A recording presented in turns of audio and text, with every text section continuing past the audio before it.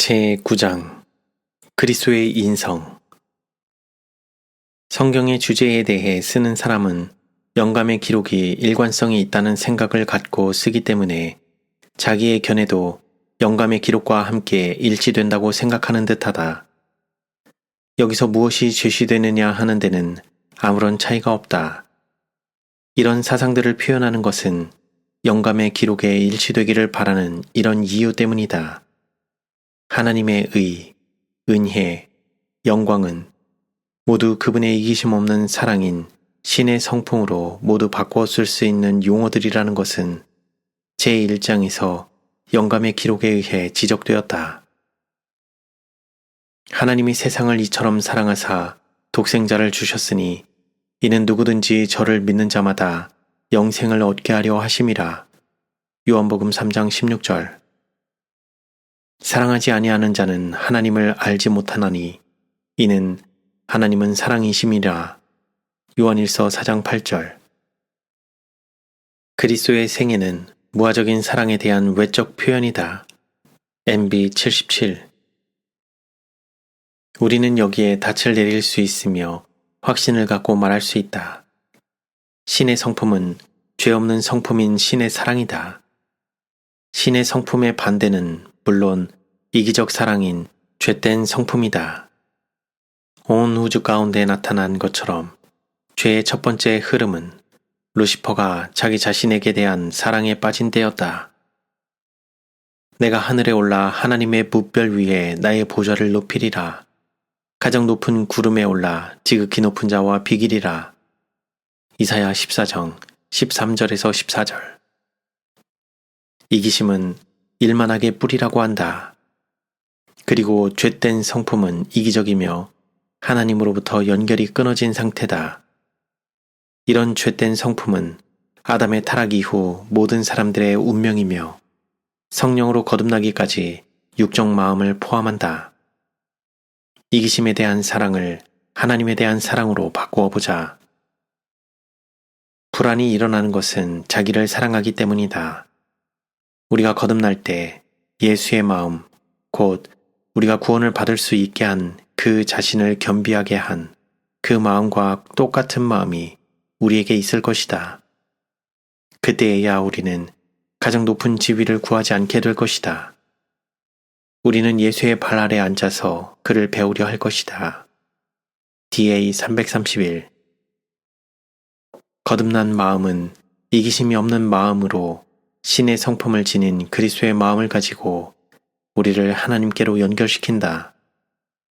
위의 말씀은 이런 마음이 예수께서 우리가 구원받을 수 있도록 이 세상에 오셔서 나누어 주셨던 똑같은 마음이 될 것이라고 말한다.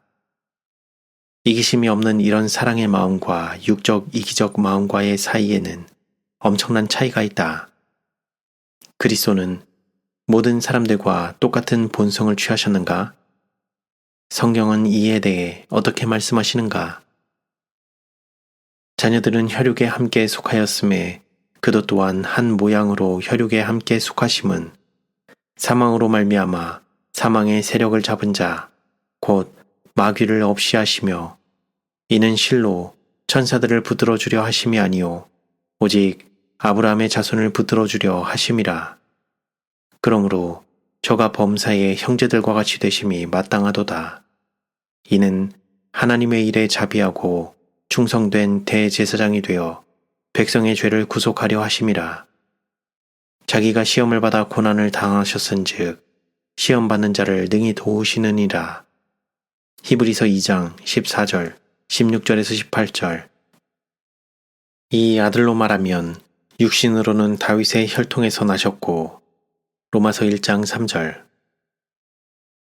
이 성경을 말씀 그대로 받아들인다면 그것은 그리스도께서 아담이나 다윗, 아담과 하와의 타락 이래 모든 다른 사람들과 똑같은 사람의 죄된 본성을 취하셨다는 것을 나타낸다.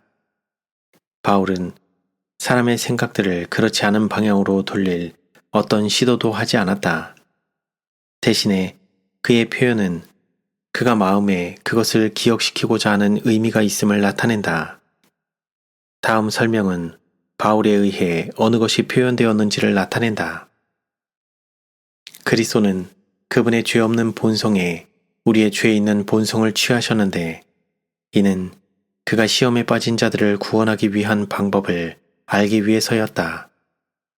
MM 181 이것은 그리스도께서 그분의 죄 없는 성품에 우리의 죄 있는 성정을 취하셨다는 적극적인 설명이다. 바울과 같이 화해부인은 그것이 말하고 있는 바 보다 어떤 다른 것을 의미할 수 있는 주장을 정당화할 시도를 하지 않는다. 여하튼 그 이유는 그분이 죄 있는 성정을 취하셨으며 그것은 그가 시험받는 자들을 어떻게 구원하실 수 있는가를 알기 위해서이다. 그리스도가 사람이 되셨을 때 그는 여전히 하나님이셨다. 요한은 예수께서 행하신 많은 일들을 말한 후에 말하기를 오직 이것을 기록함은 너희로 예수께서 하나님의 아들 그리스도이심을 믿게 하려 함이요 또 너희로 믿고 그 이름을 힘입어 생명을 얻게 하려 함이니라. 요한복음 20장 31절 비록 그리스도께서 참 사람이요 참 하나님이셨다 하더라도 그는 전능하신 능력을 옆으로 제쳐놓으시고 아담의 모든 자녀들이 살지 않으면 안 되는 생애를 택하셨다. 그러나 예수께서는 당신이 가지신 전능하신 능력에 의뢰하지 않으셨다. 예수께서 조용히 쉬신 것은 땅과 바다와 하늘의 주의 입장에서 하신 것이 아니었다. 그 능력을 그는 버리셨던 바 내가 아무것도 스스로 할 수 없노라. 요한복음 5장 30절 고 그는 말씀하셨다. DA 336 아담이 에덴에서 죄를 짓지 않았을 때라도 하나님의 아들이 인성을 취하는 것은 거의 무한한 굴욕이 되었을 것이다. 그런데 예수께서는 인류가 4,000년간 죄로 말미암아 연약하여진 때에 인성을 취하셨다. 그는 아담의 모든 자녀들과 같이 유전 법칙이 끼쳐온 결과를 받으셨다. DA 49 비록 그리스도께서 그의 신성한 능력을 제쳐두시고 그가 자기 스스로 아무것도 할 수 없노라 말씀하셨을지라도 그는 한량없이 성령을 받으셨는데 이것은 확실히 그가 우리의 죄 있는 성정을 취하신 그 위에 그분의 죄 없는 성정이 있었다는 것이었다. 성령이 그분께 제한 없이 주어졌으니 이는 그분의 지상 사명이 이것을 요구하였기 때문이다. 5. BC 1124 누가복음 22장 44절 주석 그리스도는 세상에 오셔서도 하늘아버지와 연결되셨고 성령으로 충만하였으며 그에게 이기심 없는 사랑의 신의 성품이 주어졌다. 그리스도 안에는 신성의 모든 충만이 육체로 거하신다. 이것이 바로 그리스도가 처음에 세상에 들어오실 때부터 죄에 둘리어 있었고 모든 일에 우리와 한결같이 시험을 당하셨지만 죄에 물들지 않고 세상 앞에 서 계신 이유이다. 우리도 그 충만하심에 참여하는 자들이 되지 않겠는가? 7. BC 907 하나님의 사랑의 충만함을 주는 것은 성령이시다. 로마서 5장 5절, 에베소서 3장 17절에서 19절 다음의 설명은 그분이 가졌던 똑같은 능력을 우리도 가질 수 있다는 것을 확실하게 말한다. 그는 생각으로라도 시험에 굴복하지 않으셨다. 우리도 그렇게 할 수 있다. 그리스도의 인성은 신성과 연합되었다. 그는 성령의 내재하심으로 투쟁할 태세가 갖추어져 있었다. 그리고 그는 우리로 신의 성품에 참여하는 자가 되게 하시기 위하여 오셨다. 우리가 믿음으로 그와 연합하고 있는 한 죄는 더 이상 우리를 지배하지 못한다. 하나님께서는 우리 안에 있는 믿음의 손을 인도하여 그리스도의 신성을 굳게 붙잡게 하므로 우리로 완전한 품성을 얻게 하시려고 하신다. DA 123 죄와 더불어 그리스도께서 그의 투쟁 가운데 가지셨던 신의 성품은 제한 없이 우리에게 제공되는 성령이었다. 그리스도는 나는 스스로 아무것도 할 수 없노라고 하셨다. 그는 자유롭게 쓰도록 우리에게 주어지지 않은 능력은 당신 자신을 위하여 조금도 사용하지 않으셨다. DA24 그리스도께서 가지셨고 그분을 죄로부터 지키셨던 그 능력은 신의 사랑이 있는 영적 마음이며 성령에 의해 주어지고 지속되는 것이다. 바울은 그리스도의 생애는 사람을 구원하기 위해 이기심을 완전히 벗어버린 생애였는데 우리의 생애도 그와 같이 될 수 있다고 말한다. 너희 안에 이 마음을 품으라. 곧 그리스도 예수의 마음이니 그는 근본 하나님의 본체시나 하나님과 동등됨을 취할 것으로 여기지 아니하시고 오히려 자기를 비어 종의 형체를 가져 사람들과 같이 되었고 빌립보 2장 5절에서 7절 부자 청년 법관은 그가 어떻게 영생을 소유할 수 있는가 알려고 그리스도께 왔다. 그는 영생을 원하기는 하였으나 생명이 되는 이기심이 없는 사랑을 받아들이지 않았다. COL 393 만일 부자 법관이 성령의 거듭남의 조건이 되는 그리스도께 그의 의지를 복종시켰더라면 그는 그리스도의 마음인 이기심 없는 사랑을 받았을 것이다. 육체와 마음은 인격의 불일치 가운데 있지 않다. 만약 예수께서 인간의 육체를 가지셨다면 그는 인간의 마음도 가지셨다. 육체는 마음의 지배를 받고 근육과 뼈와 조직은 뇌로부터 나오는 전기적 자극에 의해 응해진다. 그것들은 그것들 자체대로 분리되어 행하지 않는다. 교회증언 2권 347회의 설명을 보면 전 조직체와 교신하고 있는 뇌신경은 하늘이 사람과 교통할 수 있고 그 가장 내부적 생명에 영향을 주는 유일한 매개체이다 라고 하였다. 예수께서는 끊임없이 반복하시기를 내가 내 뜻이 아닌 아버지의 뜻대로 행하며 그가 하나님의 뜻과 마음의 지배를 받고 복종을 시켜야만 하는 인간의 의지, 즉 마음을 가지셨다는 것을 보이셨다. 엘렌 G. 화이트는 그리스도께서 4000년 동안 정신적으로, 육체적으로, 도덕적으로 소모된 이런 육체를 취하셨다고 확실하게 말하였다.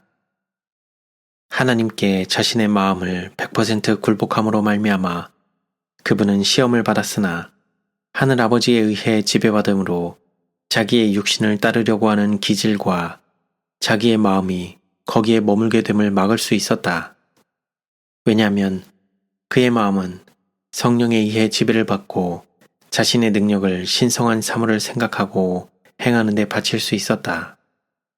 이것이 아담이 창조된 방법이며 하나님께서 거듭남으로 말미암아 우리를 재창조하시고 변화시키기를 원하시는 그 방법이다. 주의 성령이 내게 임하셨으니 이는 가난한 자에게 복음을 전하게 하시려고 내게 기름을 부으시고 이 글이 오늘날 너희의 귀에 응하였느니라. 누가복음 4장 18절에서 21절 성령은 제한 없이 그에게 주신 바 되었으니 그의 지상 사명이 이것을 요구하였기 때문이다. 5. BC 1124 그리스도의 마음은 굴복되었고 성령은 그의 믿음을 따라 하나님의 사랑과 능력으로 지배하였다. 우리도 그 같은 원천을 통하여 이런 동일한 예수의 믿음과 그의 마음, 그의 의지를 가질 수 있다. 그리스도께서 하나님, 곧 우리 아버지의 뜻을 따라 이 악한 세대에서 우리를 건지시려고 우리 죄를 위하여 자기 몸을 들이셨으니 갈라디아서 1장 4절 요한일서 5장 4절은 만일 우리가 우리 스스로를 하나님께 바치면 갈라디아서 5장 16절을 또한 보라. 이것이 지금 우리의 승리와 같음을 지지해준다. 그리스도는 육신의 고통을 받으셨으나 모든 육신을 하나님께 복종하는 가운데 두셨다. 히브리서 2장 18절, 베드로전서 4장 1절 사람은 자신의 욕심과 유혹에 이끌려질 때 시험을 받는다. 야고보서 1장 14절. 이런 육신의 욕망은 마음 가운데 있다. 왜냐하면 육체는 그것이 마음과 연결되어 있고 그것에 의해 지배를 받을 때를 제외하고는 아무런 느낌도 없기 때문이다. 요한은 그리스도께서 우리 육신, 우리 마음에 들어온 것을 믿지 않는 자들에 대하여 매우 강력한 설명을 한다. 그는 그들이 미혹하는 자요 적그리스도 요한 2서 7절로 깨달아야 할 중대한 일은 그리스도께서 이런 인간 마음에 오셨다는 것과 그러나 그분은 또한 항상 그것을 지배하는 하나님의 마음, 즉 성령을 가졌다는 것이다. 너희 안에 이 마음을 품으라. 곧 그리스도 예수의 마음이니 빌립보 2장 5절, 고린도전서 2장 16절, 로마서 12장 2절을 보라. 바울은 로마서 7장에 나오는 육적인 마음과 로마서 8장에 나오는 신성한 사랑인 영적 마음과를 대조한다. 엘렌 G. 화이트는 로마서 7장에 대해 거듭남과 로마서 7장과 관련된 바울의 경험에 대해 주석하면서 다음과 같이 말한다. 누가 깨끗한 것을 더러운 것 가운데서 낼 수 있으리이까? 하나도 없나이다. 육신의 생각은 하나님과 원수가 되나니 이는 하나님의 법에 굴복하지 아니할 뿐만 아니라 할 수도 없음이라. 욥기 14장 4절, 로마서 8장 7절. 교육과 수양과 의지력의 연단과 인간의 노력은 각각 상당한 분한을 가졌으나 이것들이 마음을 변화시키는 일에는 무력한 것이다. 이것들이 혹 행위의 외모적 단장을 만들어낼 수는 있다 할지라도 마음을 고칠 수는 없으며 생애의 동기를 깨끗하게 할 수도 없다. 구주께서 말씀하시기를 사람이 거듭나지 아니하면, 즉 사람이 새 마음과 새 욕망과 새 목적과 새 동기를 받아 그것들로 새 생애에 들어가지 아니할 것 같으면 하나님 나라를 보지 못한다고 하셨다. 하나님의 자애를 깨닫고 그분의 품성의 인자하심과 자부적 온정을 깨달아 아는 것만으로는 넉넉지 않다. 하나님의 율법의 지혜로움과 공의로움을 깨닫고 그 율법이 사랑의 영원한 원칙에 세워진 것을 아는 것만으로도 넉넉지 않다. 사도 바울도 이 모든 것을 깨닫고 부르짖기를 내가 이로 율법이 선한 것을 시인하노니 이로 보건대 율법도 거룩하며 계명도 거룩하며 의로우며 선하도다. 로마서 7장 16절, 12절 라고 하였다. 그러나 그는 여기에 첨가하여 심령의 고민과 절망 중에 말하기를 나는 육신에 속하여 죄 아래 팔렸도다. 로마서 7장 14절 라고 하였다. 그는 스스로 얻을 수 없는 순결과 의를 갈망하여 부르짖기를 오호라 나는 곤고한 사람이로다. 이 사망의 몸에서 누가 나를 건져내랴 하였다. 이러한 부르짖음은 어느 곳에서나 어느 시대에나 죄의 짐에 눌린 자들의 마음에서 바라는 부르짖음이다. 이런 모든 부르짖음에 대한 대답은 다만 하나뿐이니 곧 세상 죄를 지고 가는 하나님의 어린 양을 보라. 요한복음 1장 29절 함이다. 정로의 계단 영안대역 40, 41페이지. 이 말씀은 육적인 마음은 성령 없는 이기적인 마음이며 거듭남은 영적 마음을 받기 위한 유일한 길이라는 것을 명백하게 해주기 때문에 극히 잘 밝혀주는 주석이다. 로마서 8장 6절 7절을 보라. 육신의 생각은 사망이요 영의 생각은 생명과 평안이니라.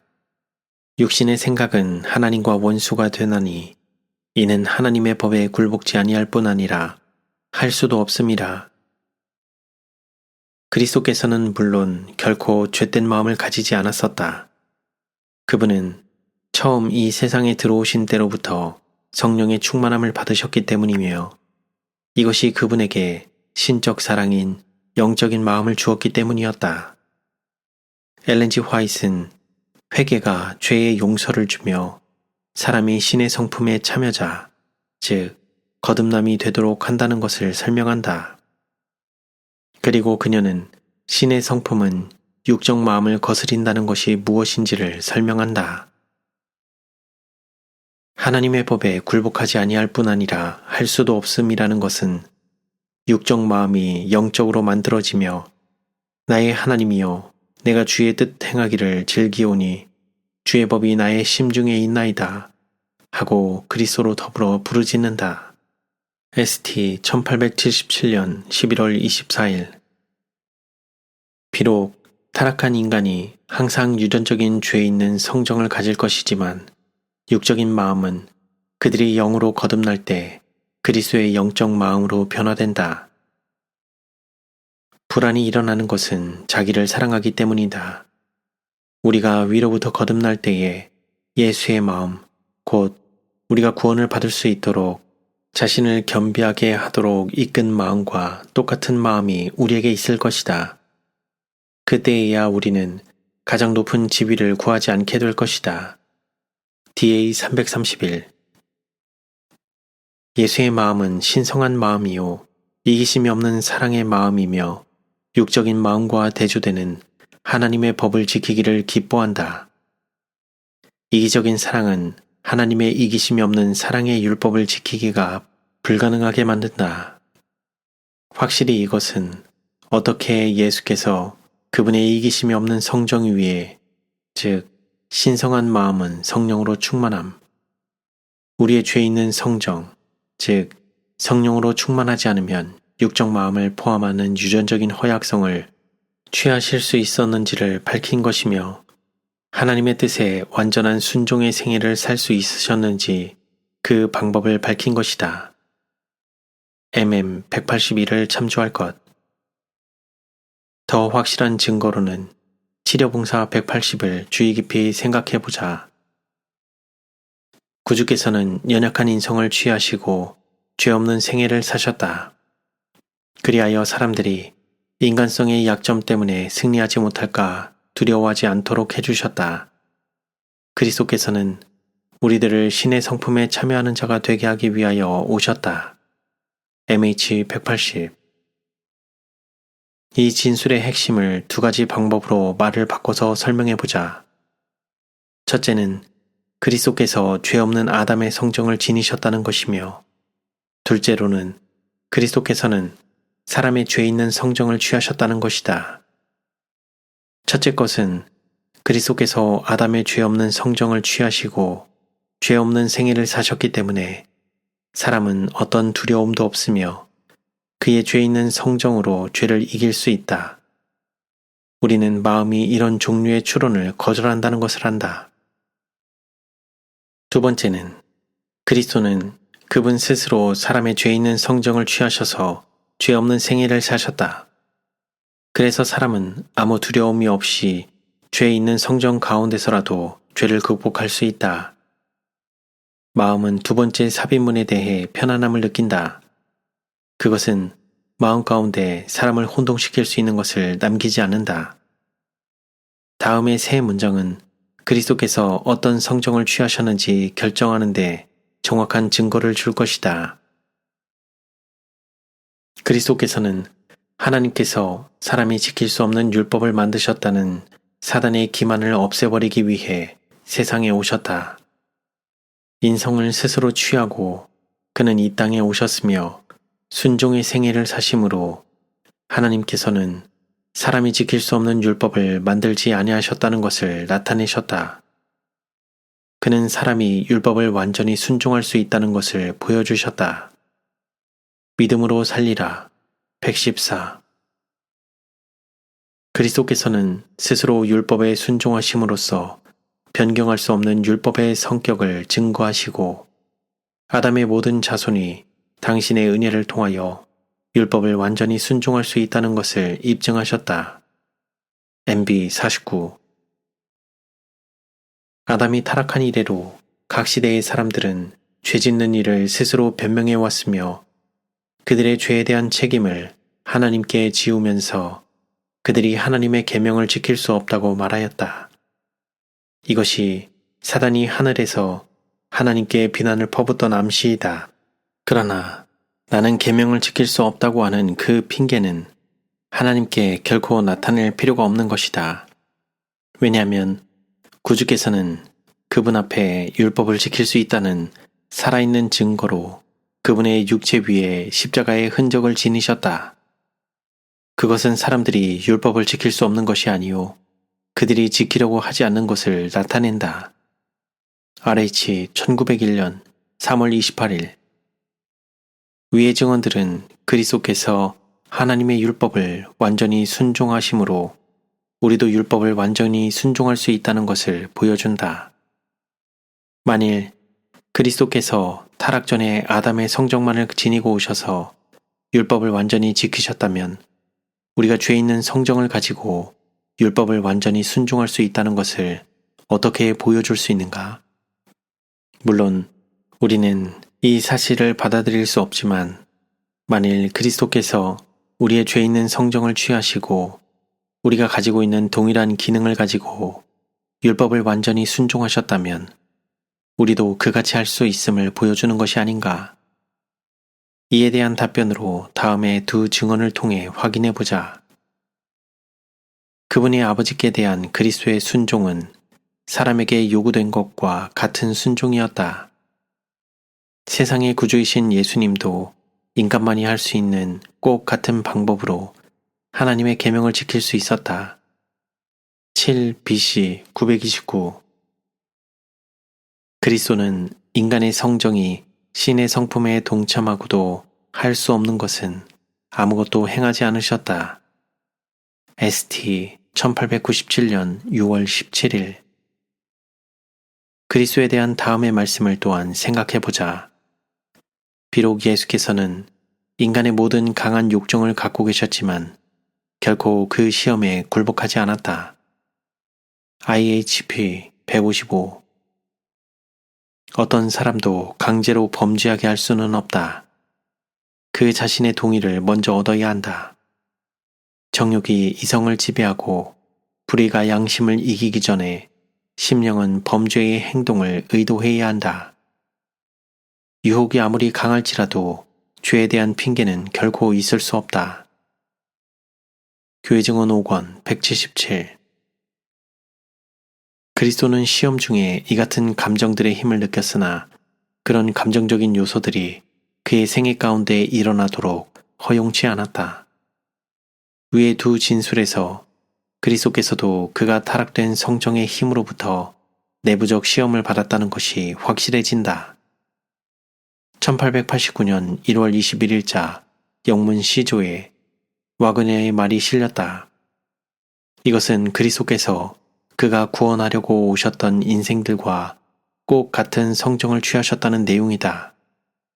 그리스도는 스스로 육신, 곧 죄 없는 순결함이 아닌 육신을 취하셨으나 실제적으로 그분 스스로 죄 있는 성정을 취하셨으나 그분의 신의 성품은 결코 한순간이라도 악한 갈망에 머무르지도 않았고 그의 신성한 능력을 단 한순간도 동요되도록 하지 않았다.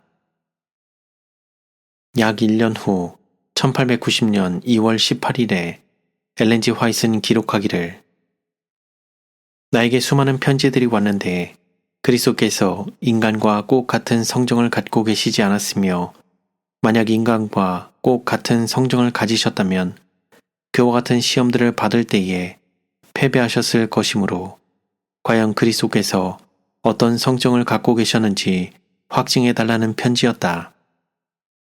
만약 주님께서 인성을 취하시지 않았다면 우리들의 모훈이 되실 수 없었을 것이다. 만약 주님께서 인성의 참여자가 아니었다면 우리 인간이 시험을 당하는 것처럼 시험을 당하시지도 않았을 것이다. 만약 주님께서 시험에 굴복하는 일이 가능치 않았다면 우리를 도울 수 있는 분이 되지 못했을 것이다.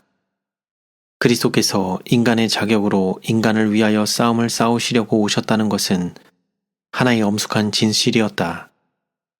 주님께서 당하신 시험과 쟁취하신 승리는 우리 인간이 모본이신 주님을 모방하여야 하며 거룩한 성품의 참여자가 되어야 한다는 것을 말해주고 있다. 1SM 408 무엇이 그리스도의 성정에 관한 어떤 사람의 견해들을 반대하는 편지를 보내도록 엘렌 G. 화이트를 자극했는가? 그 유일하고도 진정한 답변은 E.J. 와그너의 시조에 실린 글과 E.J. 와그너와 A.T. 존스의 가르침인 것처럼 보인다. 우리가 물을 수 있는 그 다음 질문은 이 사람들이 이 편지에서 그리스도께서 타락 이전 아담이 가졌던 성정을 취하셨다는 것에 반대 입장을 취하고 있는가? 이다. 이 편지에 있는 강한 암시는 만일 그리스도께서 사람의 죄 있는 성정을 취하셨다면 그분도 사람이 그리했던 것처럼 똑같이 타락했을 것이었다는 점이다. 그리스도께서 우리의 모본이 되시기 위해 어떤 종류의 성품을 지녀야만 하겠는가? 그리스도께서는 그분이 우리의 모본이 되시기 위해 저들이 반대하고 있는 종류의 성정을 취하셔야만 하였다. 왜냐하면 그것이 화이트 부인이 말하는 바이기 때문이다. 만일 그리스도가 사람의 성정을 가지지 않았다면 그는 우리의 모본이 되실 수 없었다. 그분의 시험과 승리는 인간이 그 모본을 그대로 복사해야만 한다는 것을 우리에게 말해준다. 어떤 종류의 성정이 그리스도께서 사람이 시험을 받는 것과 같이 시험을 받아야만 하는가? 다시 한번 그것은 이 편지들이 반대하는 그런 종류의 성정이 되지 않으면 안 될 것이다. 왜냐하면 화이트 부인은 만약 그분이 우리와 같은 성품의 참여자가 아니었다면 그는 사람이 시험받는 것처럼 시험을 받지 않으실 수 있었다고 말한다. 이 편지들이 사람의 죄 있는 성정을 그리스도께서 취하셨다는 것에 반대하고 있는 것과 엘렌 G. 화이트의 견해는 그리스도께서 인간의 죄 있는 성정을 지니지 않으셨다면 우리의 본이 되실 수 없으셨고 또 사람이 시험을 받는 것 같이 시험을 받을 수도 없으셨다는 결론에 이르게 한다. 다음의 인용문은 그리스도께서 사람의 죄 있는 성정을 취하지 않았다는 것을 보여주는가? 우리는 그리스도의 인성에 완전히 아무 죄가 없었다는 점에 대하여 의심하지 말아야 한다. 5. BC 1131 무엇이 엘렌 G. 화이트를 이런 진술을 하도록 자극했는지 이해하기 위해 여기에 충분한 문맥이 포함되었는지 살펴보자. 그리스도께서 스스로 타락한 상태의 인간 본성을 취하신 가운데 그분은 최소한의 죄에도 참여하지 아니하셨다. 그분은 우리의 연약성을 깊이 느끼셨으며 우리와 같이 모든 점에 시험을 당하셨다. 그럼에도 그는 죄를 알지 못하셨다. 선두에 서서 그리스도께서 죄를 지었더라면 인간 가족의 희망은 사라졌을 것이다. 아담 위에 임했던 것 같이 하나님의 진노가 그리스도 위에 임할 것이었다. 그리스도와 교회는 희망이 없게 될 것이었다. 우리는 그리스도의 인성의 완전한 순결성에 아무런 불안도 품지 말 것이다.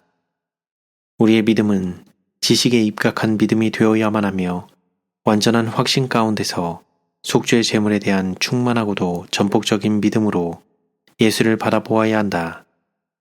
5. BC 1131 우리가 문맥의 전후 관계를 살펴볼 때 이것은 그리스도께서 타락한 상태 가운데 있는 사람의 성정을 취하셨으며 사람과 같이 모든 점에 시험을 받으셨으나 죄는 없으셨다는 것을 알 수 있다.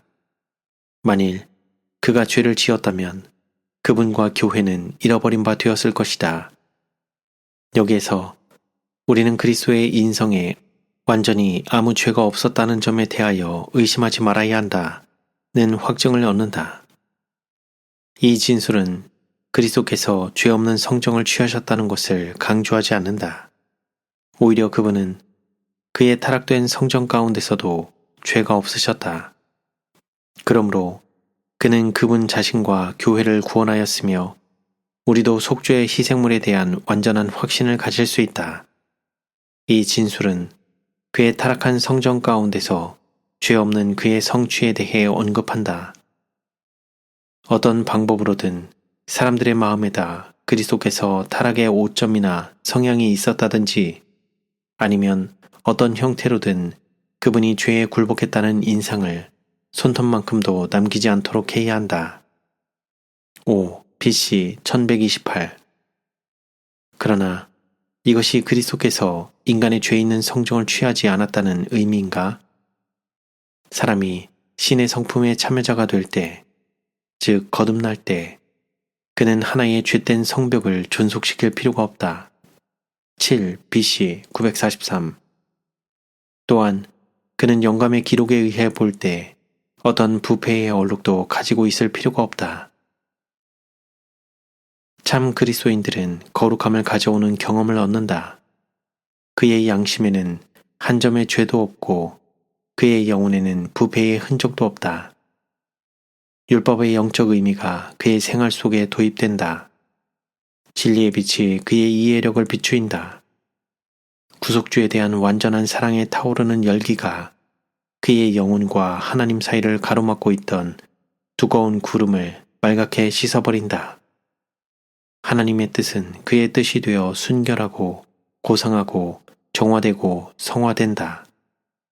그의 용모는 하늘의 빛을 나타낸다. 그의 몸은 성령의 전이 되기에 합당하고 거룩함이 그의 품성을 아름답게 한다. 하나님은 그와 교제할 수가 있다. 왜냐하면 몸과 영혼이 하나님과 조화를 이루고 있기 때문이다. 편지 139, 1898 그리스도께서는 모든 회개하는 영혼에게 성령을 주셔서 그로 죄를 범하지 않도록 보전할 만반의 대비책을 세우셨다. DA 311 만일 사람이 성령으로 충만하면 하나의 악한 경영이나 부패의 얼룩을 그 영혼 위에 존속시킬 필요가 없다. 우리는 그리스도께서 타락한 인간의 성정을 취하시고 사람이 따라야 할 모본이 되심과 동일한 일을 행할 수 있다는 것에 대하여 어떤 불안도 품지 말아야 한다. 엘렌 G. 화이트는 그리스도께서 그분의 백성에게 성령을 나눠주심으로 죄를 짓지 않을 길을 마련하셨다는 점을 증언하고 있다. 그는 죄에 대한 어떤 변명도 없다는 것을 강조한다. 또한 왜 죄에 대한 변명이 있을 수 없는가 하면 그리스도께서 우리의 성정을 지니시고 이기셨기 때문이라고 지적한다. 예수께서는 범사의 형제들과 같이 되셨다. 그리스도는 야곱이 보았던 밑바닥은 지상에 꼭대기는 하늘문 곧 영광의 문호구에 닿은 그 사다리이시다. 만일 그 사다리가 단 한 발판 때문에 지상에 도달하지 못했더라면 우리는 잃어버린 바 되었을 것이다. 그러나 그리스도께서는 우리가 있는 곳에 찾아오신다. 예수께서 우리의 본성을 취하시고 승리하신 것은 우리로 당신의 본성을 취함으로 말미암아 승리할 수 있도록 하기 위함이었다. 예수께서는 죄 있는 육신의 모양으로 오셨으나 죄 없는 생애를 사셨다. 로마서 8장 3절 이제 예수께서는 당신의 신성으로는 하늘의 보좌를 붙드시는 한편 당신의 인성으로는 우리를 붙드신다. 예수께서는 당신을 믿음으로 말미암아 하나님의 품성의 영광에 이르라고 우리에게 명하신다. 그러므로 우리는 아버지의 완전하심과 같이 완전해야 한다. DA 311, 312 이 진술에서 주목할 점은 엘렌 G. 화이트는 우리의 죄 있는 성정과 그리스도께서 지니셨던 성정 사이에는 어떤 차이점도 없으며 그가 우리의 성정을 취하셨기 때문에 죄에 대한 어떤 변명도 우리에게 남기지 않았다는 것을 나타낸 것이다. 만일 그가 이것을 행하지 않았었더라면 그분은 죄를 위한 구실을 우리에게 남겼을 것이다. 만일 그리스도께서 우리의 죄 있는 성정을 취하지 않고 이기실 수 있었다면 그는 우리에게 그것을 기대할 수 없었고 그러므로 죄에 대한 합법적인 구실을 우리에게 남겼을 것이다. 또 하나의 일이 분명한데 화이트 부인은 우리의 죄 있는 육신을 동일시하여 죄 있는 육신의 모양으로 보내어 로마서 8장 3절 라는 말씀을 사용하고 있다. 그리스도의 성정에 관한 우리의 결론에서 우리는 엘렌 G. 화이트이 1888 기별이 전파될 동시대의 사람이었다는 것과 그 기별에 강력한 지지를 표명했다는 점을 깊이 생각하지 않으면 안 된다. 엘렌 G. 화이트이 1858년과 같은 초창기에 그리스도께서 인간의 타락된 성정을 지녔다는 것과 그런 견해를 계속적으로 표했을 뿐 아니라 1888년과 그 후에 와그너와 존스에 의해 그리고 엘렌 G. 화이트의 증언과 더불어 줄곧 이런 개념에 대한 고든 설교가 있었다. 엘렌 G. 화이트의 증언에 따라 우리의 그리스도의 본성에 대한 역사적 견해는 견고하게 정립되었다. 1888년부터 1915년까지의 엘렌 G. 화이트 생애의 마지막 27년간 그리스도의 성정, 즉 본성에 관한 독특한 가르침은 그리스도께서 인간의 죄 있는 성정 가운데 죄 없는 성애를 사셨다는 것이었다. 그것은 와그너와 존스, 기타 지도자들에 의해 열성적으로 가르쳐졌다. 그것은 저작물이나 안식일학교 공과에서 1914년부터 40년대 중반 후까지 가정 성서 독본 가운데서 취급되어 왔다. 다음 주석은 1914년 리뷰 앤 헤럴드에 의해 복사된 가정 성서 독본 173, 174페이지 그리스도께서는 얼마나 충만히 우리와 동등한 인성을 지니셨는가? 라는 제목의 글이다. 하나님은 그리스도 안에서 죄를 정죄하셨는데 심판의 보좌에 앉은 재판관으로서 단지 그것을 선언함으로가 아니라 죄 있는 육신으로 육신을 지니고 오시어 생애하셨으나 죄는 없으신 자로서이다. 그분은 그의 은혜와 능력으로 말미암아 죄 있는 육신을 지니고 시험을 대항하여 죄를 정복하고 죄 없는 생애를 사는 것이 가능하다는 것을 힘있게 드러내셨다. 이것이 40년대 중반 그것이 개정판으로 나오기까지 가정 성경 독본에 실렸던 견해였다. 그러나 엘렌 G. 화이트의 생애의 마지막 그 7년간으로 소급해 올라가면 그리스도의 성정과 같은 그리스도의 생애에 대한 그런 중대한 어떤 가르침이 그의 참여하에 설교단에서나 편집물 가운데 안식일학교 과정 공과들 가운데 그릇되게 가르쳐질 수 있었을까? 또한 그것에 대한 그릇된 가르침이 반대와 저항을 받지 않고 가르쳐질 수 있었을까? 아주 힘든 일이다. 왜냐하면 그는 비교할 여지도 없는 것과 같은 많은 잘못들을 시정했기 때문이다. 그보다도 더욱 우리가 죄 있는 인간의 본성을 지닌 그리스도에 대한 그의 적극적인 진술들을 취하든지 않든지 그는 이 27년 동안 지배적인 가르침을 계속 지지해왔던 것이다.